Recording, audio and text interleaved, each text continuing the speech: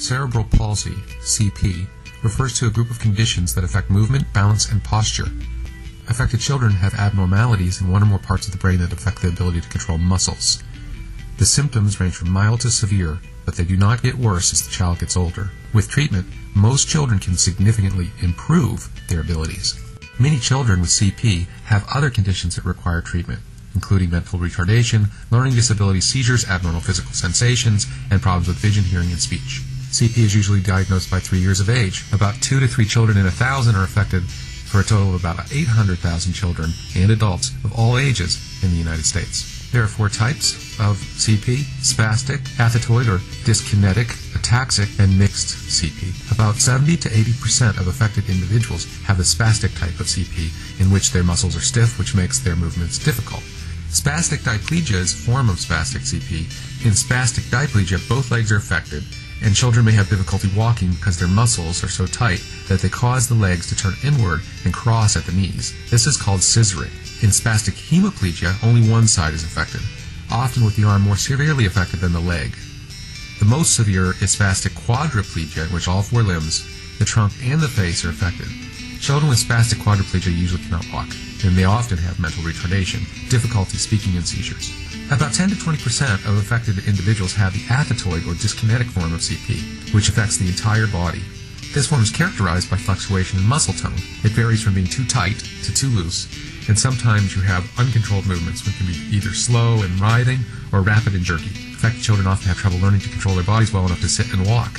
Because muscles in their face and tongue can also be affected, they may have difficulty sucking, swallowing, and speaking. About 5 to 10% of the population of affected individuals have the ataxic form of CP. This affects balance and coordination. They may walk with an unsteady gait with feet far apart, and they have difficulty with motions that require precise coordination, such as writing. So what are the causes? CP is usually caused by factors that disrupt normal development of the brain before birth. In some cases, it's a genetic defect that may contribute to these miswirings of the nerve cells in the brain. In other cases, the cause may be injuries to the developing brain, such as a fetal stroke. Contrary to common belief, there are only a few cases of cerebral palsy that are caused by a lack of oxygen reaching the fetus during labor and delivery. Certain risk factors make it more likely that the baby will develop CP. However, most babies with one of these risk factors do not develop CP. These risk factors include prematurity. Premature babies who weigh less than 3 1/3 pounds are 20 to 80 times more likely to develop CP than full-term babies.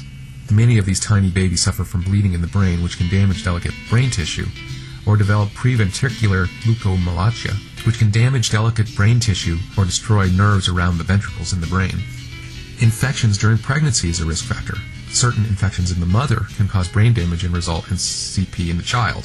Examples include rubella, cytomegalovirus, herpes, and toxoplasmosis. Also, maternal infections involving the placental membranes, chorioamnionitis, may contribute to CP in full term as well as in premature babies. In fact, a 2003 study at the University of California found that full-term babies were 4 times more likely to develop CP if they were exposed to chorioamnionitis. Another risk factor, if the placenta is not functioning properly, or if it tears away from the wall of the uterus before delivery, then insufficient oxygen may reach the fetus and raise the risk of CP. Until recently, it was widely believed that asphyxia during a difficult delivery was the cause of most cases of CP.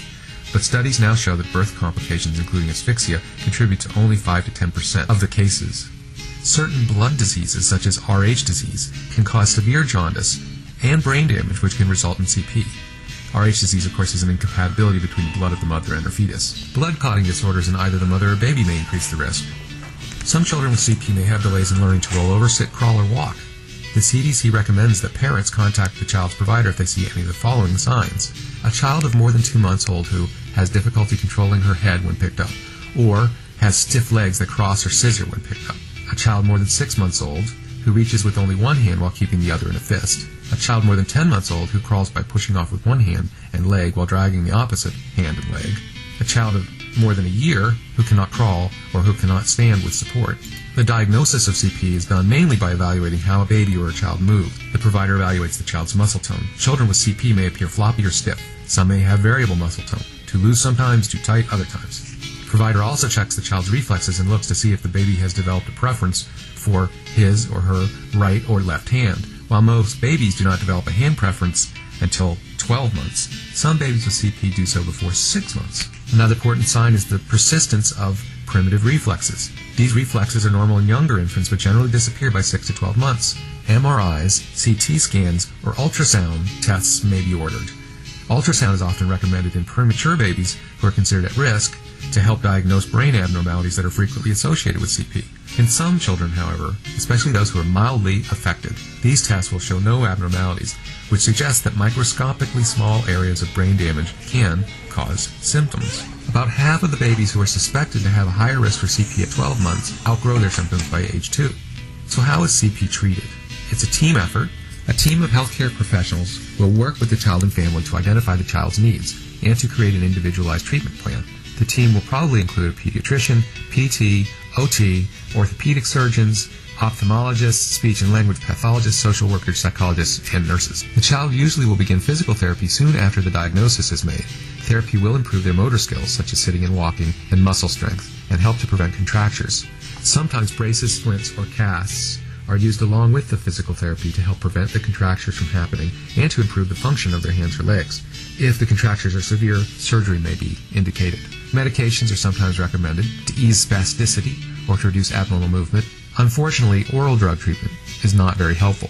Sometimes the injection of Botox directly into spastic muscles is helpful and may ease the symptoms for several months. A new type of drug treatment is showing some promise in children with spasticity.